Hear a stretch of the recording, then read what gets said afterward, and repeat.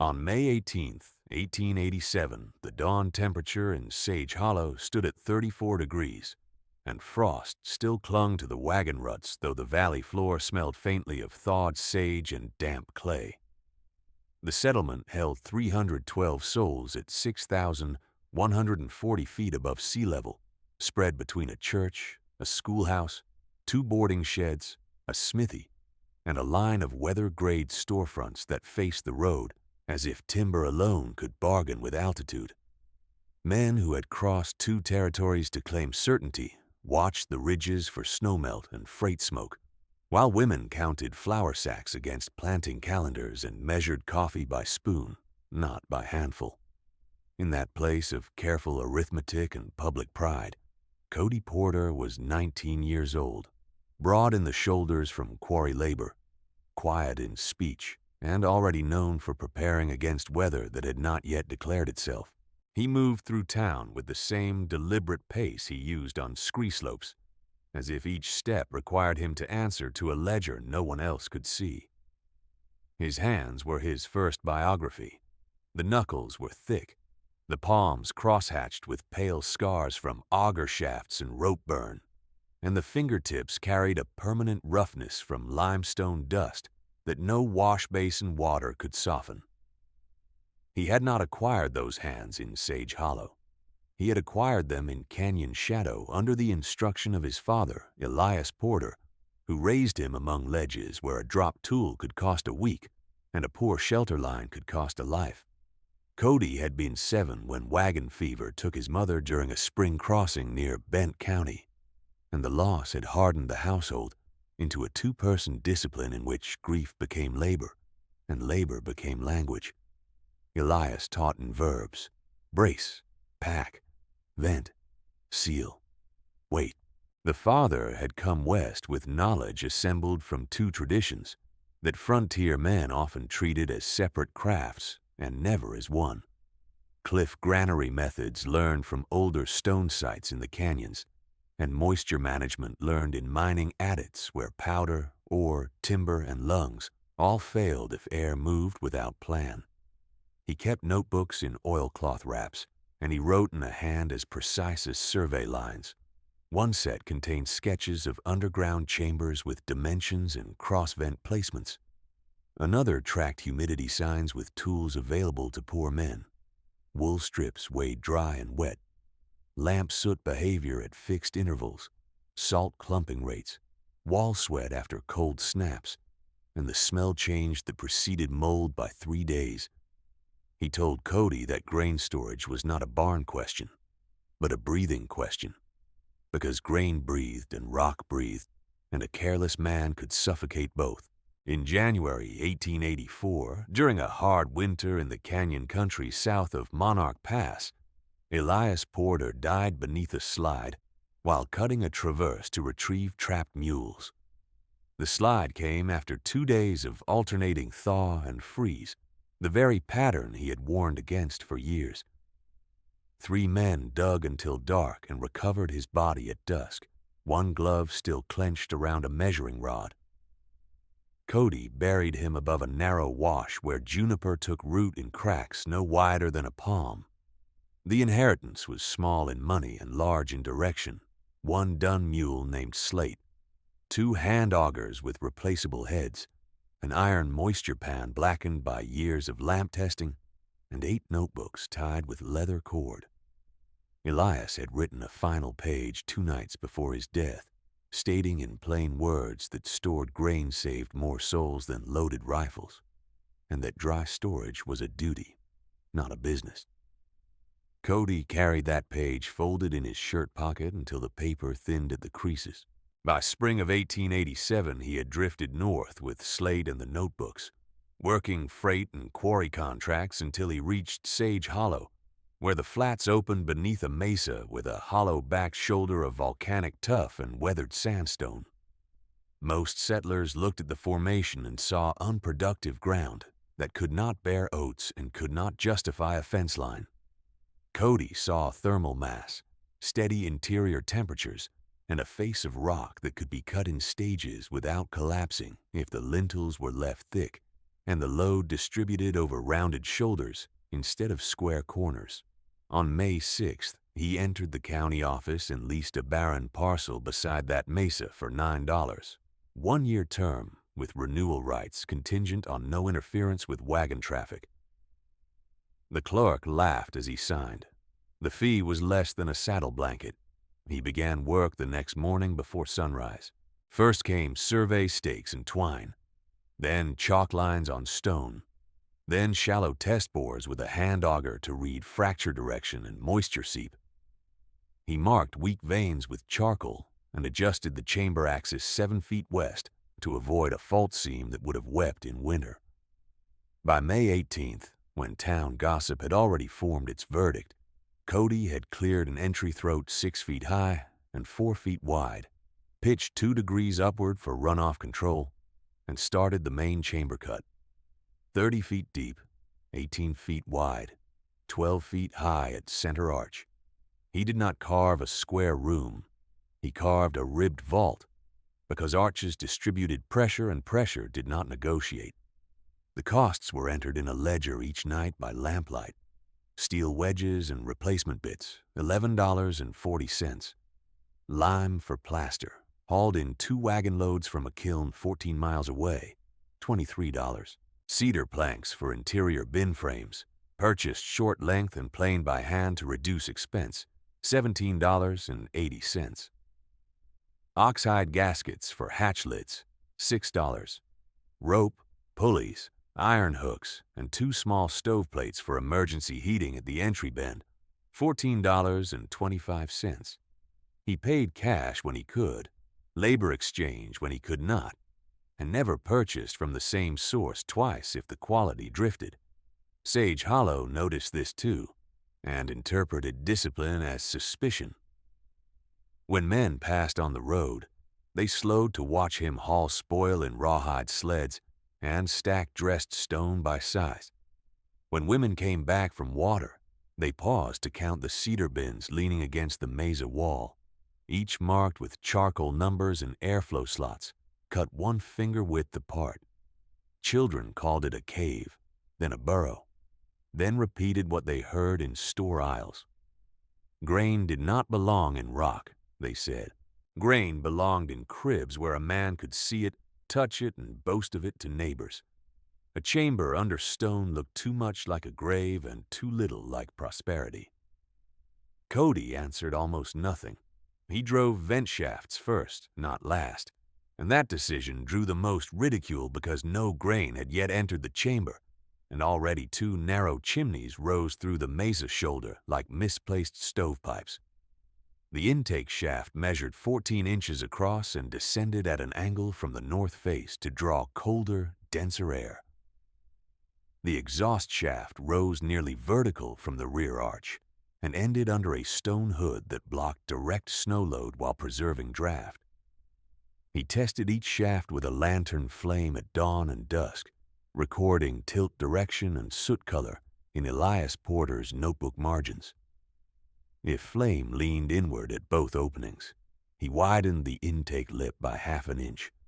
If soot beaded thick on the glass, he adjusted baffle slats at the chamber throat. Neighbors called the routine superstition in work clothes. He called it maintenance.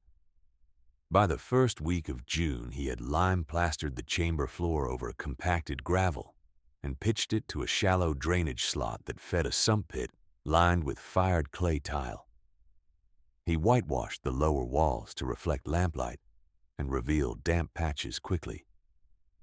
He installed the first cedar crib racks on stone shoes to keep wood off the floor, then fitted lids with hide gaskets and weighted latches against rodent lift.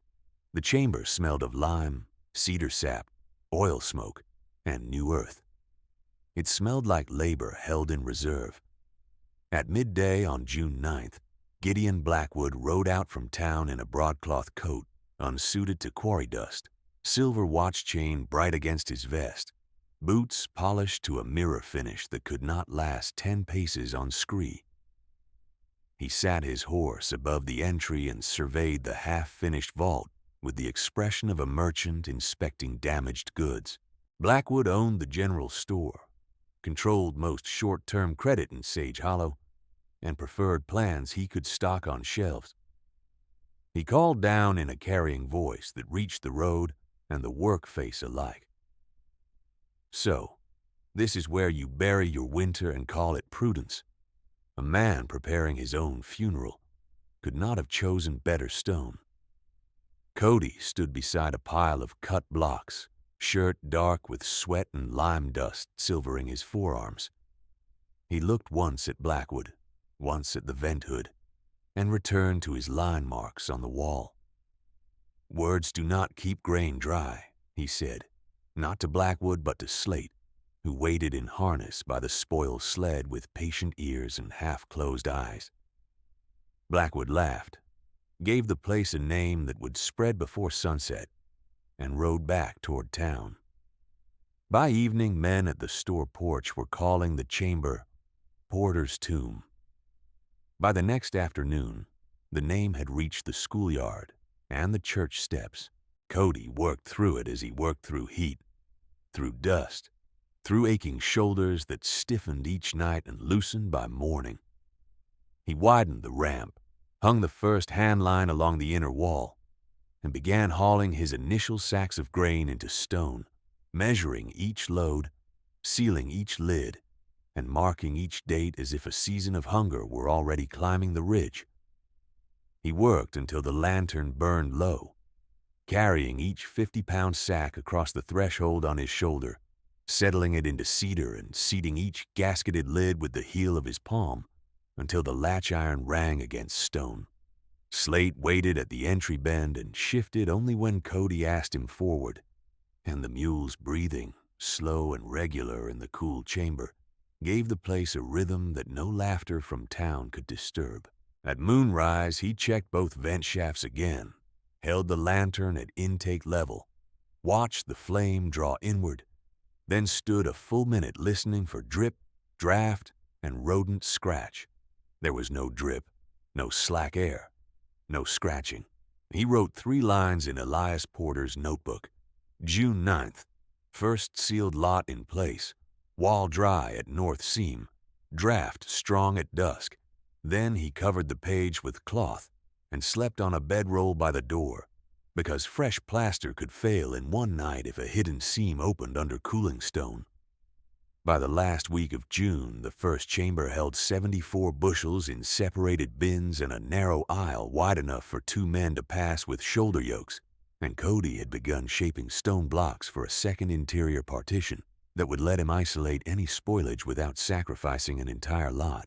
He bought grain where he could find it, mostly from ranchers 20 to 30 miles away who had surplus from the previous dry season and needed cash for tack, nails, and team feed. He paid 68 cents per bushel for the best lots, 61 for mixed lots, and rejected any sack that smelled sweet with early rot. The ledger grew heavier than his purse. So did the talk. On July 2nd, 1887, the valley woke to a brown shimmer over the southern flats that looked at first like heat and then resolved into motion wing over wing, a locust band thick enough to soften sunlight and strip kitchen gardens to stems before noon. Women beat pans and shook blankets. Boys ran fence lines with smoke pots. Men fired shotguns into the cloud as if noise could alter hunger. By evening, bean rows were lace, squash vines were skeletons, and the cottonwoods along the creek wore a bitten edge. The same day, near South Fork, a rail trestle took fire from a brake spark in high wind, and by telegraph report, the line that should have carried late summer flour and milling grain into Sage Hollow lay twisted and black over 22 yards of wash. Freight that had been promised for September became an estimate, then an argument, then silence. Gideon Blackwood rang his store bell that night and stood on his porch with ledger book under one arm, broadcloth coat brushed clean, silver chain bright in lamp glow. He declared to the crowd that replacement wagons would be contracted, that regular stock would resume, that calm buying served everyone, and that only fools buried good grain in rock when shelves and rail would soon answer need. He repeated the name Porter's tomb as if naming made it true. Men laughed because fear had not yet entered their bones. Women listened because seed jars were suddenly light. Blackwood sold late seed and whiskey on credit to any signature he trusted, and to many he did not. He extended lines of debt and called that confidence. Cody said little in public and nothing on the porch. At dawn on July 4th, he rode the creek with Slate and found beaver dams thickened with new mud above spring pattern, packed high in a way Elias had marked as warning before long freeze. 2 mornings later, he watched geese travel north to south in broken, unsettled strings, weeks ahead of ordinary movement for that elevation. On July 8th, near sundown, a wind came out of the west carrying a metallic taste and a warm edge that vanished almost at once, leaving the skin colder than before. He stood on the Mesa shoulder and watched dust settle in an even sheet. Then he added a second work shift. He purchased 240 bushels in 17 transactions, some as small as 6 bushels on muleback, and one as large as 32 from a ranch widow east of Deer Creek, who had no sons left at home and no certainty of hauling to market. He lined each bin with replaceable canvas sleeves, dusted lower seams with lime, and marked lot numbers with charcoal on cedar slats above eye level to keep records visible when floor space filled. He began taking humidity readings at dawn, noon, and after midnight. If the wool strip gained more than 2 drams between dry weight and chamber weight, he opened the upper baffle for 1 hour and recorded the adjustment. If lamp soot darkened on the glass in less than 15 minutes, he reduced occupancy and delayed new loading until temperature stabilized. The room held between 53 and 56 degrees, while the flats reached 94. Stone moderated what weather punished. In August, he cut into the Mesa for a second chamber, smaller than the first but deeper at the rear, linked by a narrow throat he could close with a plank and clay seal. The new cut measured 22 feet deep, 12 wide, 10 high at center with a sloped bench for bean sacks and a raised rack for salt pork and dried squash. Juniper slats, planed and set 1 inch apart, formed internal cribbing that allowed crossflow under and around every container. He drove iron pins at shoulder height along the access passage and looped rope handlines through each ring, testing with his full weight while Slate leaned back in harness to provide counterpull. By August 18th, he had built a packed earth ramp from lower wash to upper door, 8 feet across, reinforced with flat stone at the wheel tracks, so sled runners could climb even when ruts froze. Blackwood responded with methods he understood: price and exclusion. When Cody came for kerosene, he was quoted 41 cents a gallon, while most households paid 26. When Cody asked the difference, Blackwood replied in hearing range of 3 customers that special work deserved special rates, especially when a man intended to feed his own fears in secret and call it community service. At 2 church suppers, Cody's place setting did not appear. At 1 town vote on well repairs, his hand raised and was ignored until the motion closed. The cruelty was rarely loud, which made it more complete. Tell us in the comments where you are watching from, friend. Whether your winters are dry and cutting or wet and heavy, old frontier lessons about preparation still carry weight. Subscribe so you do not miss what this town learns next. Now, back to the story. On September 19th, frost arrived 31 days earlier than county averages kept by teamsters and millmen, and ice filmed the horse troughs before dawn. Then came a warm week, almost gentle, with afternoon sun soft enough to persuade many households that autumn would hold. Families opened seed jars for bread and porridge, trusting Blackwood's assurance that replacement flour would arrive before deep snow. Cody used the warm days for tasks no one noticed. He widened the entry turn so 2 loaded sleds could pass, set a second door curtain of canvas and hide to reduce heat loss, and filled emergency bins with beans, cracked corn, dried squash, and salt pork. He weighed every reserve lot on a hanging scale and wrote totals in duplicate, 1 page in his pocket, 1 page sealed in a tin box behind the rear rack. The combined cracked corn alone reached 1,100 pounds. By the second week of October, the town had begun to count shortages openly, and Blackwood's assurances had grown sharper as his supplies thinned. On the 11th of October, he opened his rear warehouse to check 12 stacked grain wagons that had been held too long against damp planking. Rodent spoilage had moved through the lower sacks in irregular channels, and mold had started in 2 corners where ventilation failed. He ordered the doors shut and told clerks to keep front sales moving.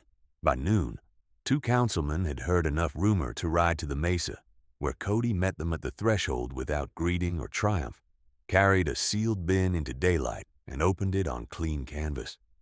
Kernels poured bright and hard. No sweet rot. No visible weevil bloom. Moisture readings taken by a simple test pan held low and stable after 90 days underground. One councilman, Ezra Lyle, sifted grain through his fingers twice before speaking.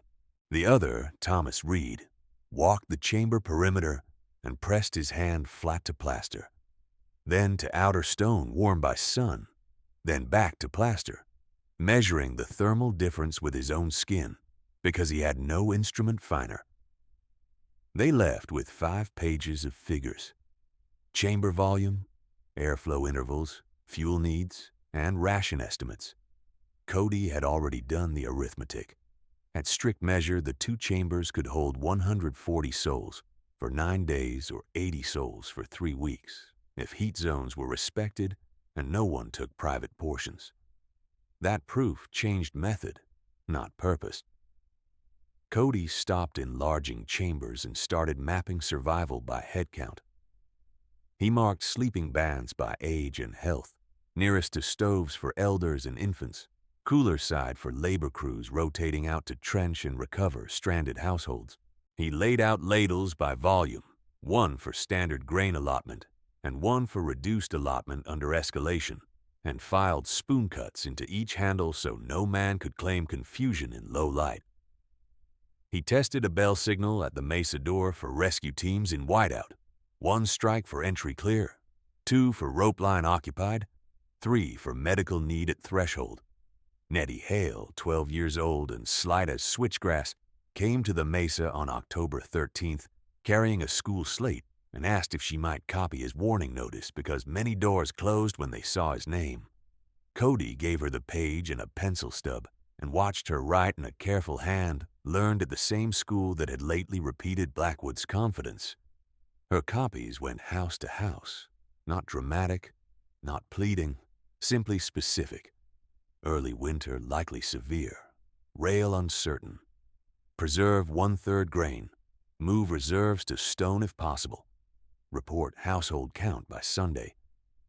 Most doors stayed shut. Some took the page and thanked her without promising action. 14 families moved small reserves within 3 days. Each arrival awkward with pride and quiet with fear. Each sack entered in Cody's ledger with owner's name, and weight so return, if spring allowed, would be public and exact. On October 16th, under a sky clear enough to mislead anyone who trusted appearances alone, Cody stood at the upper door, looked over Sage Hollow's roofs, and instructed the first volunteer crew in handline movement, lamp shielding, and load order for evacuation. Blackwood's signboard still swung above his store, and from that distance the painted letters looked steady. The mountain wind did not. Cody checked the knots himself, then checked them again. The chambers were ready. The town was not. He set the training line with the same care he gave a grain seal, placing each soul in order by strength rather than by household standing, then had them descend from Mesa door to wash and back again with empty sleds until their mittens were dark with sweat and their shoulders learned the pull. Ezra Lyle went first and stumbled at the lower turn where scree hid beneath dust. Cody stopped the line, knelt, and reset the runner angle by 2 hand widths. Thomas Reed followed and made the same mistake. Cody changed the route again, drove a cedar stake as a visual mark, and made them repeat the climb. By lantern light, he measured the time of each run, wrote the intervals on a plank at the entry, and assigned lantern spacing so no team would move blind between stations. When the volunteers left, he stayed to plane a second set of sled runners from scrap oak and wrap the front curves in iron strap cut from a broken wagon hoop. He had learned from Elias that rescue failed where friction was ignored. By October 19th, he shifted from broad preparation to narrow corrections. He lined the chamber throat with an extra curtain of quilted canvas, stitched in squares from old flour sacking, because heat loss at the bend would consume more stove fuel than any man guessed from standing in daylight.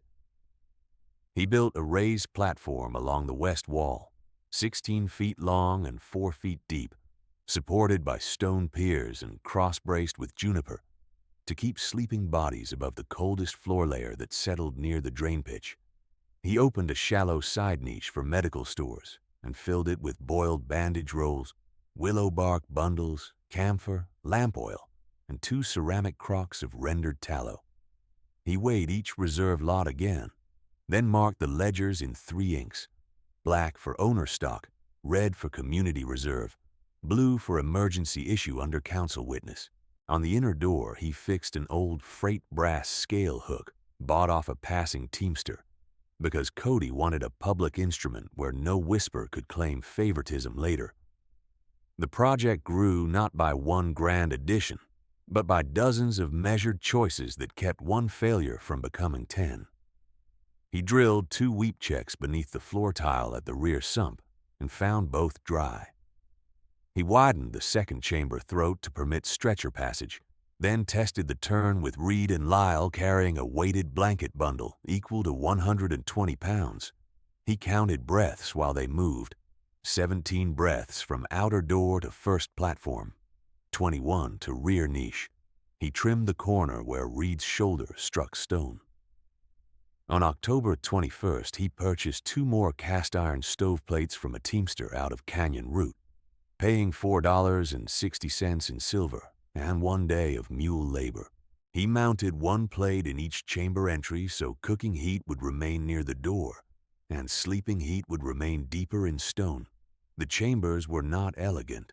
They were legible. Every object had a reason and every reason had a measurement.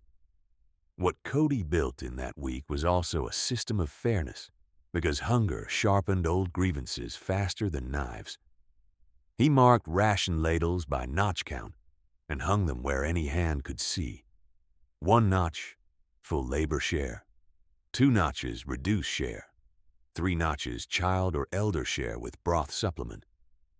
He cut tally boards with household names and assigned Nettie Hale to copy each board in school script so records could be read by those who did not trust figures made in haste. Nettie worked at the threshold table while Slate stood tied nearby, and Cody kept her in daylight tasks only, never on rope line training, never on night shifts.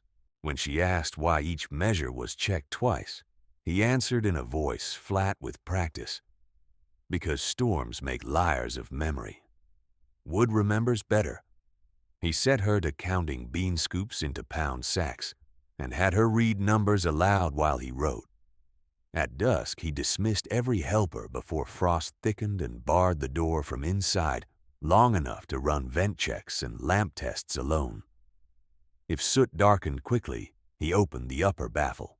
If draft lagged, he scraped intake edges and reset the hood stone. Work continued until his wrists ached through the night. At dawn, the ledgers were current and the bins were dry. The town answered this growth with a harder form of ridicule. No longer idle porch talk, but deliberate pressure from those who believed order belonged to men with storefront credit, not to a 19-year-old quarry hand. Blackwood stopped speaking of Cody as mistaken and began speaking of him as dangerous. At the store counter, he told customers that underground grain would turn foul, that close air bred fever, that families who moved stock to stone would forfeit claim when rot was discovered. He had clerks repeat the warning as if it were county policy. He quoted no county paper because none existed. The claim traveled anyway. On October 22nd, when Miriam Quill brought 2 sacks of barley to the Mesa ramp, 3 women on the church road called after her that she was feeding Porter's tomb and would bring sickness home by Christmas. Miriam kept walking but did not return the next day. Blackwood also used debt as a corral. He called in small notes early, then offered extension only if households kept reserves visible and respectable, by which he meant in loft, cribs, and yard sheds where his buyers could inspect them. Men with $2 owed and no spare team could not refuse easily. Some complied and said nothing. Others repeated his words loudly in public to prove allegiance they hoped would buy another week. At the Sunday meal, Cody's place remained absent, and when Thomas Reed proposed that the town preposition shared firewood at the Mesa in case roads closed, the motion was tabled pending weather confirmation, as if weather offered receipts. Cody sat on the back bench, listened without interruption, and left before dessert was served. He returned to his ramp and reset 2 loose stones where wagon wheels had chipped the edge. By the next day, the same pressure had spread from church benches and credit ledgers into daily acts of imitation meant to humiliate. The secondary cruelty came from imitation. Boys carved tomb on a flat board and nailed it to a cottonwood near the lower wash. 2 draymen tied empty grain sacks to Slate's harness, while Cody loaded juniper poles, then laughed when the mule refused to move until the sacks were cut free. A school trustee told Nettie Hale she was wasting learning on cave arithmetic and reassigned her after-class time to hymn copying. Nettie arrived at the Mesa the next afternoon with her slate under one arm and hymn pages under the other, and she copied both without complaint, while Cody sorted cracked corn by kernel hardness and set aside the soft lot for immediate use. Public shaming did not become physical assault, but it narrowed access, dignity, and time. That was enough to slow weaker households from preparing. Cody's response remained procedural. He did not argue on porches. He did not trade insults at the store. When Blackwood met him in the road on October the 24th and said in clear hearing of 2 teamsters that a granary in rock was a miner's vanity dressed as charity, Cody shifted Slade off the ruts, nodded once, and asked only whether the kerosene delivery had reached town from Pueblo Road. Blackwood said it had not. Cody thanked him for the information and rode on. He was not yielding. He was triaging attention. Each hour spent answering mockery cost 1 hour of sealing bins, cutting fuel, and training crews that might carry neighbors to shelter in weeks to come. The warning signs arrived as layers, each one modest alone and severe together. On October the 25th, dawn opened at 22 degrees with a high cirrus veil stretched thin as wool, and by noon a pale ring formed around the sun, wider and brighter than ordinary ice haze. Teamsters called it pretty weather. Cody called it a high moisture herald above cold air and moved 20 more sacks from outer shed to inner chamber before dusk. On October 26th, he rode the creek line and found muskrat houses thickened with fresh mud at unusual height, with entrances angled away from prevailing wind. At the Willow Bend, 2 bands of geese crossed low in broken chevrons, then corrected and crossed again, a pattern Elias had marked as confusion before abrupt pressure shifts. Cody added 1 line to the warning board: keep boots and coats at hand after sundown, no exceptions. 3 days later, the town enjoyed a warm spell that felt like reprieve. Afternoon temperature reached 58. Shirt sleeves appeared on Main Street, and Blackwood reopened credit for sugar and lamp chimneys with a smile restored to his porch voice. He told customers that early frost had passed and that proper winter would wait until December, as it had in 2 years out of 5. He had numbers for that claim, and the numbers were not false. They were merely incomplete. Cody did not challenge him in public. He went to the Mesa and checked the vent draw at noon, then at dusk, and then at midnight. Midnight draft ran erratic, pulling hard in bursts and then dropping flat. He placed his palm on the intake stone and felt a pulse of warm air where night should have cooled steadily. False calm, Elias had written in one notebook margin, was the dangerous face of early winter. By the morning of October 30th, the first hard hints of siege appeared in material failures that townsfolk chose to treat as accidents. 2 privy doors froze shut despite mild afternoon temperatures. A stock tank skimmed with brittle ice after sunset and thawed by dawn in patchwork, a sign of unstable ground heat and rapid upper air change. Dogs that normally ranged beyond the last houses stayed near porches and barked toward the western ridge at intervals, then fell silent all at once. Cody watched ravens leave the Mesa shoulder before dusk and roost lower along the creek cottonwoods. He increased the stovewood reserve from 9 to 14 days by cutting through the evening with reed and lisle and stacking split lengths under oiled canvas at the upper door. On November 1st, with barometer glass falling and wind direction veering in quarter turns by the hour, Cody sent final notices by hand. Move now or remain and prepare to hold in place. 23 additional souls came by wagon and sled, bringing bedding, seed sacks, and 1 iron cookpot each. Others waved off the warning and pointed to clear stars.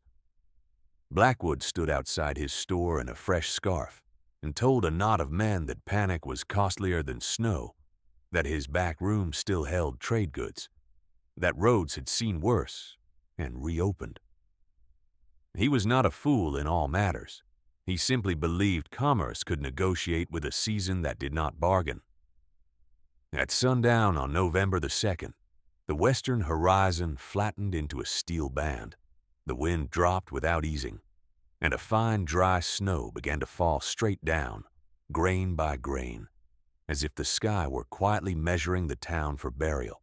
Within an hour, that fine snowfall thickened into driven powder, and by midnight on November the 2nd, the wind had turned north by west and climbed past 40 miles per hour, striking the storefronts in bursts that rattled glass, lifted roof shingles, and packed every porch step with hardening drifts that had to be cut, not swept. At dawn on November the 3rd, the thermometer outside Reed's smithy read -6, then fell to -14 by evening, and the valley that had looked merely burdened at sunrise looked besieged by supper, with fences erased, wagon tongues buried to the axle, and the road to the lower ford gone under a white grade no rider could read. The storm did not move through in a day, nor in 2. It settled over Sage Hollow with method. Cody had expected speed and depth, but even he had not predicted the way the wind would shear loose snow from one ridge and throw it sideways in dense sheets that erased hand signals at 10 yards. He closed the outer curtain, fixed the second hide panel, and began entry protocol exactly as written on his plank board. Boots off at threshold to keep meltwater from pooling near the bins, names and household counts taken at once, bedroll placement by heat zone, rations issued only on bell intervals. Thomas Reed and Ezra Lyle stayed at the table with Nettie Hale, who copied each arrival in school script during daylight and indoor safe windows, while Cody weighed reserve sacks on the brass hook scale and marked ownership in black, community issue in red. After dark, Reed and Lyle carried the night ledger until morning. By first light, the upper platform held 17 souls, then 26, then 31, as first arrivals came in from the nearest lanes with bedding tied in quilts and faces burned raw by blown ice. In town, Gideon Blackwood opened his store on the morning of November 4th and found a line already formed, men and women standing with scarves over their mouths while clerks shoveled drift from the doorjamb. He sold flour at $1.10 that morning, $1.80 by dusk, and by the second day of sustained whiteout, He set the price at $2.75 per sack, telling customers his replacement costs had risen and that credit could not carry every household through a prolonged closure. Shelves that had looked respectable in lamplight emptied to bare plank by noon of November 5th, with only coffee tins, lamp chimneys, and 2 casks of vinegar left in front where abundance had once been displayed. The back room, where he had hidden damaged grain and salvage barrels, took wet load from a sagging roof seam through the night. Shortly after sunrise on November 6th, the rear section failed under drift weight and collapsed into the storage bay, burying the remaining flour under broken rafters and packed snow. No fire took it this time. Gravity did. By the 6th day, the measured routines of ordinary winter had broken down across Sage Hollow. Teams could not pull through streets without men on shovels ahead of each horse. Smoke from stove flues flattened, then dropped, and some chimneys backdrafted, forcing families to choose between cold and choking interiors. The church bell rope froze stiff. 2 sheds along the south lane lost doors to hinge failure and filled chest high by afternoon. Men who had laughed at handline drills tied their own ropes from porch posts and still lost direction in the open gap between houses when gusts rose above 50.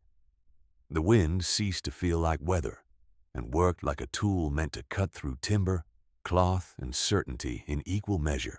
On November the 7th, Marta Quill wrapped her wool shawl around her grandson on the church steps when the boy began to shake uncontrollably after a flue fire sent the family outside.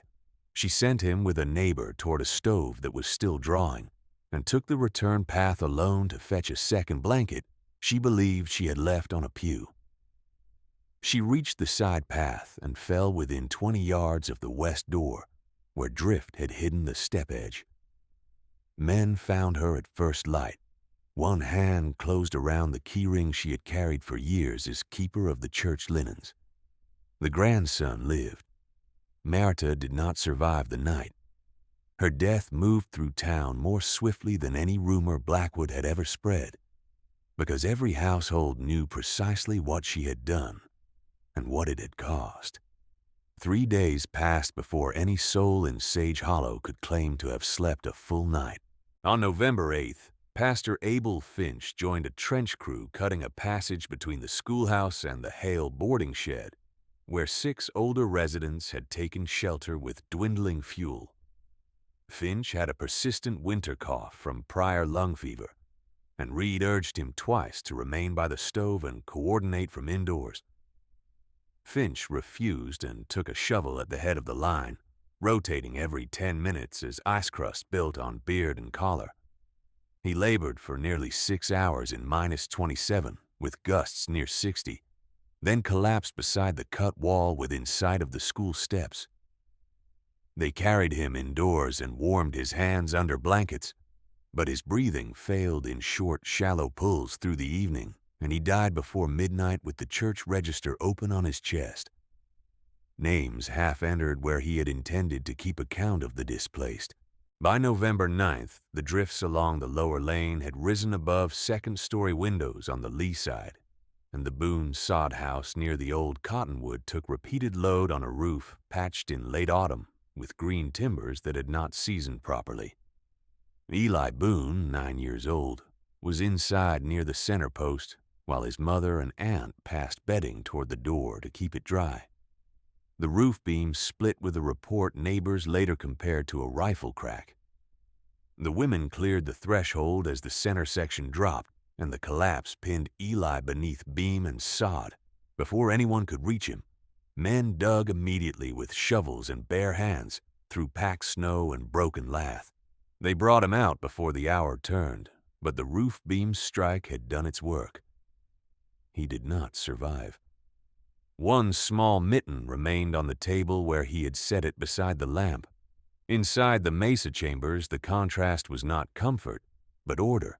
Interior temperature held between 52 and 55, even when outside lows fell to -32, and the walls stayed dry except for one damp bloom near the rear seam that Cody isolated with lime and a temporary baffle shift.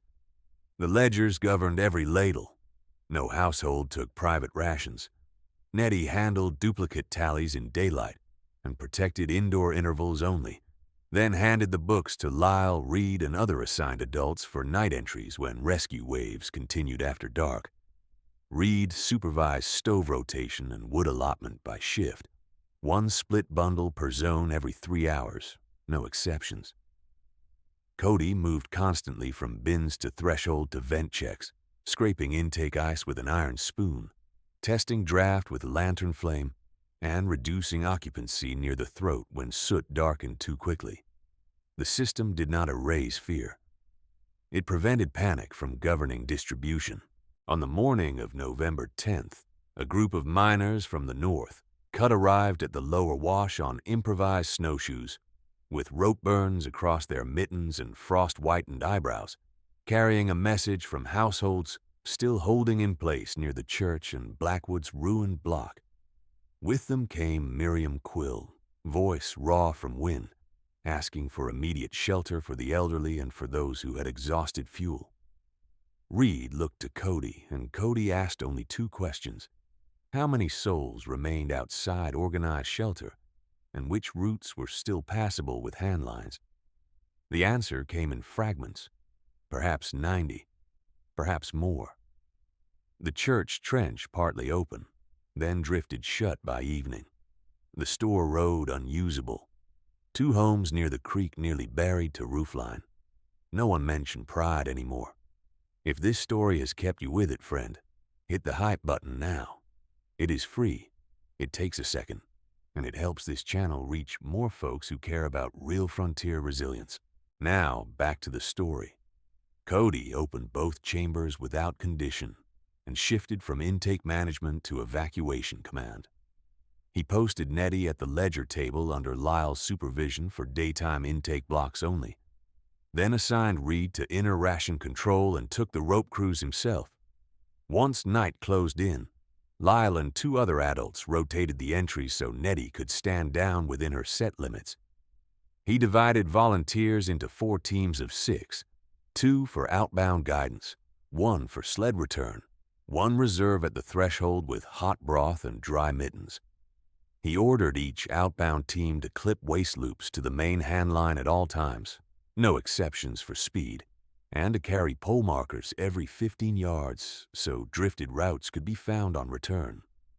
He sent Blackwood's remaining store canvas to the door crew for windbreak use, without asking whose inventory it had once been.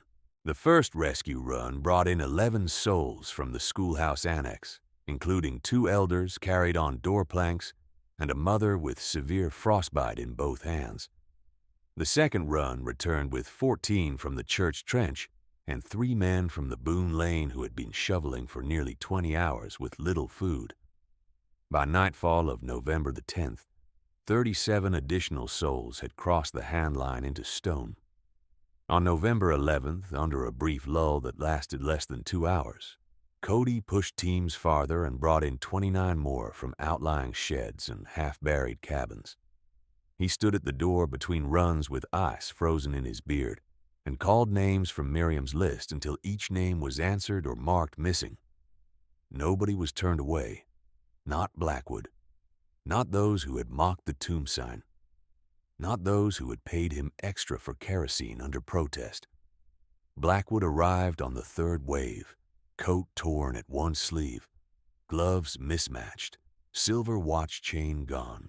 He paused at the threshold as if expecting reproach, then removed his hat and waited in silence while Nettie entered his name during the active daylight tally, and Reed pointed him toward the labor queue for wood splitting and snowmelt duty.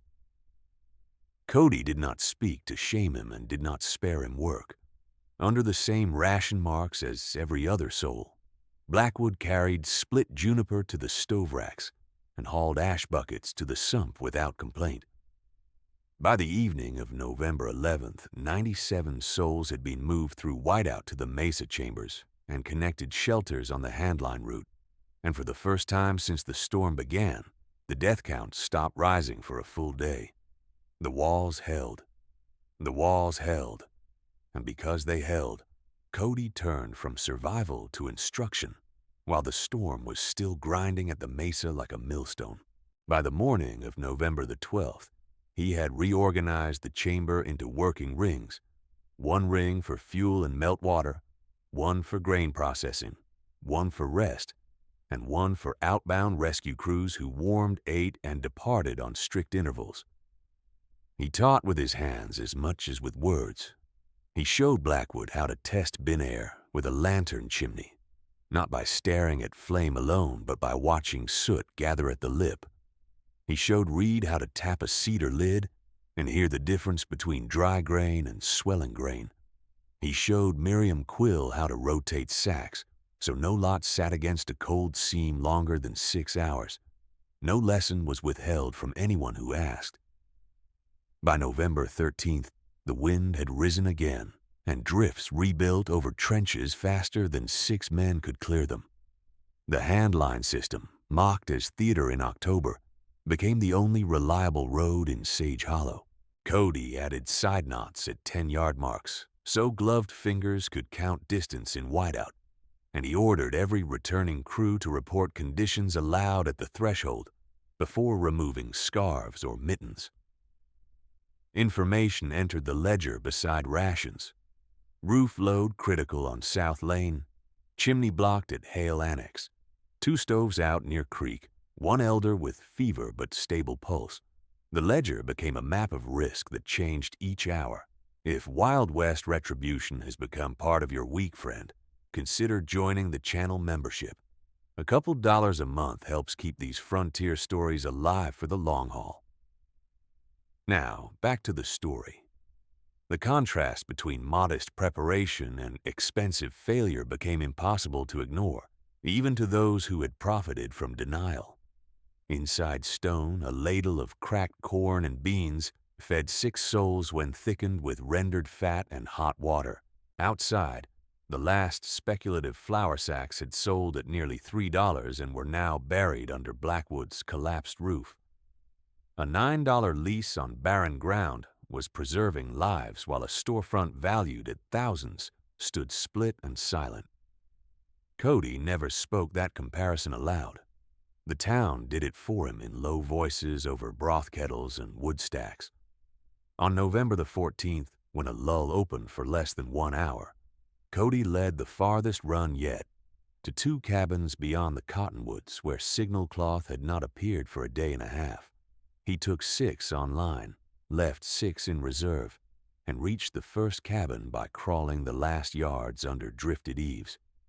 They brought back 5 souls, 1 with snow blindness, 2 too weak to walk without shoulder support. At the second cabin, they found only a stove gone cold and bedding packed for departure, then discovered tracks half-filled near the wash and followed them to a wagon box where a husband and wife had sheltered behind horse blankets. Both were alive. Both were carried in. At dusk, with rescue complete for that sector, Cody crossed off the last unchecked names from Miriam's page.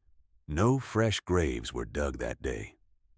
3 days later, on November 20th, 1887, the storm line finally fractured eastward in torn gray bands, and sunlight struck the upper Mesa door for the first time since the first wave. The temperature remained brutal at -18 in shade, yet the wind had lost its edge of violence. Crews began controlled return, household by household, with ration packets weighed publicly on Blackwood's surrendered scales and signed out in both ledgers. No one left empty-handed. Cody required each departing family to carry 1 page of storage instructions copied by Nettie. Dry before sealing, elevate wood, vent by schedule, never trust a warm week in late autumn. Instruction traveled with food. When safe movement reopened between church and smithy, the council called a town accounting at the half-collapsed church on November the 24th. The west wall had been braced with wagon tongues, and drifted snow still pressed against the broken transept windows, but nearly every able soul attended. They came in patched coats, in borrowed boots, in silence that was not ceremonial but heavy with what could no longer be denied. Blackwood stood near the front with a bandaged hand and a coat torn at both cuffs, and when Ezra Lyle asked who would speak first, Blackwood stepped forward without looking toward the aisle where Cody sat. He did not offer excuses about rail schedules or market volatility. He repeated his own words as witnesses had heard them. He said he had called the Mesa Chamber Porter's tomb. He said he had charged 41 cents for Cody's kerosene while charging 26 to others. He said he had told families that stone storage would poison them, and that he had done so because he trusted display over method and profit over caution. Then he lifted the brass store scales, set them on the church table in plain view, and stated that from that day forward, those scales would remain under council and public tally whenever reserve grain was weighed. His voice shook once, then steadied. Others followed in shorter statements. Miriam Quill acknowledged that she had turned back from the Mesa after being mocked, and that delay had cost her household 2 days of safety margin. Thomas Reed admitted that he had tabled prepositioned firewood because he feared being seen as alarmist. A school trustee, face gray with fatigue, said he had reassigned Nettie from warning work to hymn copying and had mistaken obedience for wisdom. Each confession named a choice, named a consequence, and named the one who had borne the insult while still preparing for all of them. No one asked Cody to bless the room. Lyle simply turned and asked what should happen next. Cody stood slowly, one hand resting on the bench rail worn smooth by years of worshipers, and answered in the same even tone he had used at his bins through 17 days of siege. He said Elias Porter had taught him that grain belonged wherever hunger and weather could not reach it, whether crib, cellar, attic, or stone. He said talk about forgiveness was light work compared with quarrying and sealing and carrying load in August heat when neighbors laughed from shade. He said he would not pretend words repaired trust by themselves. Practice repaired trust. Shared labor repaired trust. Public measure repaired trust. Then he offered terms, not punishments. 1/3 harvest holdback in every household. Duplicate ledgers for all shared reserves. Rotating custody of scales. And seasonal training for rope lines before first frost. Any hand willing to work could learn the whole method. No one applauded. They nodded, and then they began assigning names to tasks while lights still held. By the first week of December, while roads remained uncertain and freight still absent, Sage Hollow moved from gratitude to implementation. Crews cut into 3 additional stone faces beyond the original Mesa and marked chamber lines using Cody's arch measurements adjusted for each rock type. Blackwood reported each morning to labor teams and took the least favored assignments without protest: spoil hauling, lime slaking, night watch at drying racks. He brought his remaining account books to Lyle and agreed to convert private arrears tied to storm pricing into labor credits on public works. No proclamation announced his change. The record showed it. If this account has shown you how preparation outlasts pride, friend, tap subscribe now and stay with us for more stories where practical wisdom carries communities through hard seasons. Now, back to the story. Spring of 1888 arrived late and muddy, with ice still clinging to north shadows in April. Yet by planting time, 6 shared rock granaries were functioning under written town rules, each with vent diagrams copied from Elias Porter's notebooks and adapted by Reed for local stone. The law, entered in council minutes on May 17, 1888, required every household to hold back 1/3 of harvest before sale, with emergency release only by public tally. Nettie, now known for her clear hand, became one of 2 official ledger clerks each autumn, always paired with an adult witness, always seated where every figure could be seen. Years passed in measured increments rather than grand declarations. In 1891, a hard freeze took orchard buds countywide, Yet Sage Hollow opened reserve bins and no household was forced to boil seed grain. In 1894, freight delays returned after washouts, and while nearby camps rationed by wealth, Sage Hollow rationed by posted measure. In 1897, a heavy snow winter buried lower fences to the top rail. But rope lines went up before the first deep drift and remained in place until thaw. Children born after the Great Storm grew up thinking a vent check at dusk was ordinary. Language changed with practice. Building like Porter came to mean building for weather first, and vanity never. Cody did not become mayor, preacher, or merchant. He remained what he had been, a keeper of systems that failed only when neglected. He renewed the Mesa lease, then purchased the parcel outright in 1893 for $46 when county records formalized claims. He trained crews every September, corrected bad habits without harshness, and insisted that every method be written where any laborer could read it. When newcomers arrived and asked why a granary sat inside stone, old-timers answered with dates, temperatures, and names, not folklore. By 1902, Sage Hollow counted 428 souls. 14 winters had passed without a child lost to winter hunger.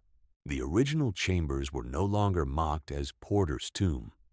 They were called the Porter Vaults in council records, freight notes, and school copybooks. Above the main stone door, cut deep enough to outlast whitewash and weather, an inscription carried the town's final verdict in plain words. Rock kept what pride could not. Thank you for watching, friend. If this story reminded you that preparation is a form of mercy, share it with someone who needs that lesson, and subscribe for more stories of frontier resilience. Tell us in the comments, friend, whether you have ever seen a community relearn humility the hard way, then turn that lesson into something that protects the next generation. The spring after the inscription was cut, the town met at the Mesa before sunrise so the accounting could be done in cold air, before fatigue and argument softened numbers. Ezra Lyle set Blackwood's brass scales on a plank table at the threshold. Nettie Hale, now 27 and steady as a survey chain, untied the leather cord around Elias Porter's notebooks and laid them beside the duplicate ledgers from the storm year. Cody stood to one side with chalk and tally board, not presiding like an official, not withdrawing like a wounded man, simply keeping sequence. Each household came forward with a claim tag from the old black ink pages. Barley lot, bean lot, cracked corn allotment, salt pork reserve, emergency issue drawn in November, labor credit earned in December and January.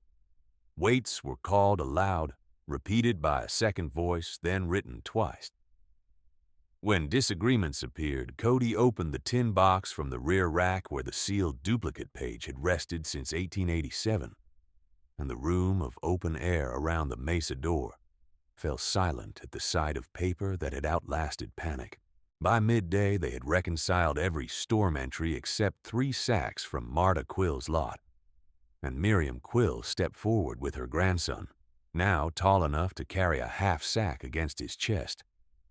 She asked that those 3 sacks remain in the communal reserve under Marta's name for widows who arrived without standing crop.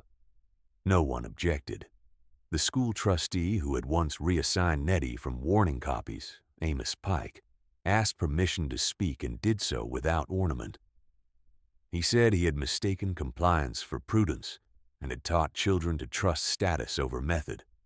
He placed 12 new slates and 2 boxes of chalk on the table and pledged school hours each September for reserve arithmetic and weather sign records. Nettie wrote the gift into the ledger margin, then looked to Cody for confirmation. Cody nodded once and marked the school as a standing partner in pre-winter checks. 3 days later, on May 20th, 1902, Sage Hollow held a second gathering in the rebuilt church, this time with no broken wall and no drift packed against the windows. Yet the tone carried the same gravity as the storm meetings. Gideon Blackwood walked to the front in plain wool and work boots darkened by lime slurry from current quarry labor. He brought two objects: his old silver watch, recovered from a drawer after the collapse years before, and the porch sign that had once read Porter's Tomb in gilt paint, now flaked to dull wood. He set both on the rail and said he wished the record to include the full line he had spoken in 1887 when he rode to the quarry and mocked a boy at work. He repeated it exactly, then named what followed: predatory prices at $2.75, false assurance after the rail report warned delay, and deliberate exclusion meant to preserve his own authority. He asked no absolution. He requested assignment. Lyle answered that assignment had already begun years earlier and would continue so long as skill remained to be taught. Reed proposed that Blackwood's old storefront become a public drying house, for late harvest brought in damp from the high benches. The motion passed by raised hand, unanimous among 407 souls present in town limits that month, with absent families entered as not opposed. Blackwood bowed his head, took the signboard under his arm, and carried it himself to the stove where scrap kindling was stacked. He fed the board into the fire in 3 pieces and watched until the painted word disappeared. The watch he did not reclaim. He placed it in the school cabinet beside the first storm ledgers as a reminder that timing and judgment were different crafts and that he had failed at the second. After the meeting, while benches were being reset, Thomas Reed stopped Cody near the side aisle where light from the west windows struck the worn rail. Reed said, with no audience but Lyle and Nettie within earshot, that he still remembered tabling the firewood motion and still measured that delay whenever the first frost touched his own yard.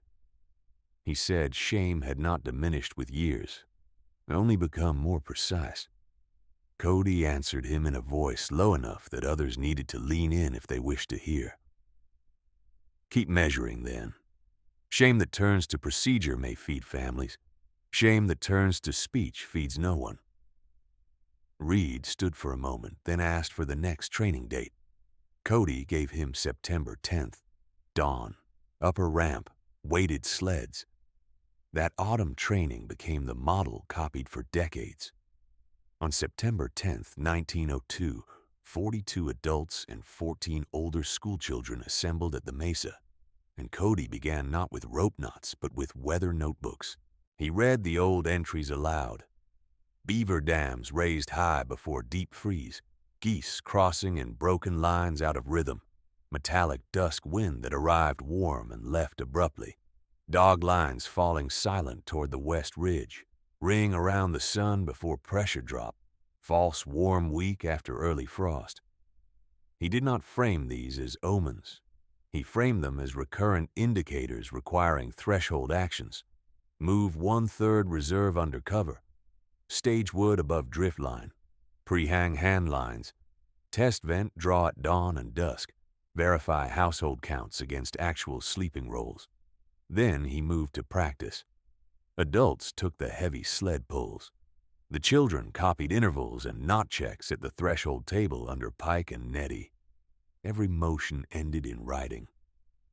On December 21st, 1902, a telegraph rider finally brought formal notice that the South Fork trestle had been fully rebuilt and winter freight could resume regular service barring washout. Lyle read the message aloud at council and appended it to the old July 1887 rail loss report, then wrote the practical amendment Cody had argued for since the storm. No freight forecast, however optimistic, would reduce mandated holdback percentages before spring thaw. The vote carried with 1 dissent, and the dissenter withdrew objection after Reed asked him to spend 1 night in the outer chamber during a -20 trial with no extra blankets. He lasted 6 hours, then signed. In January 1904, when temperature fell to -29 for 2 nights and wind drove ground snow into every seam on the lower lane, the system faced its sternest test since the Great Blizzard. Rope lines went up before noon of the first warning day. Drying house fires were kept low and steady. Store prices remained posted and fixed by prior agreement, with scales in public view and ledgers open at both church and Mesa. 27 souls took shelter in the original porter vaults for 3 nights, and all 27 returned home with reserve receipts matched to weight. No child missed a meal. No elder was found alone in a drift. Afterward, Pike assigned an essay prompt at school. Describe one task you completed before weather forced you to complete it. Nettie collected the pages and archived them with storm records. Cody aged without ceremony. By 1911, his hair had gone iron gray at the temples and his right wrist stiffened in cold from years of hammer recoil. So he taught more than he cut. He kept one habit unchanged: last inspection each evening at the intake shaft, lantern held low, palm against stone, listening for draft. When younger crews urged him to rest and leave checks to them, he said the check itself was the lesson.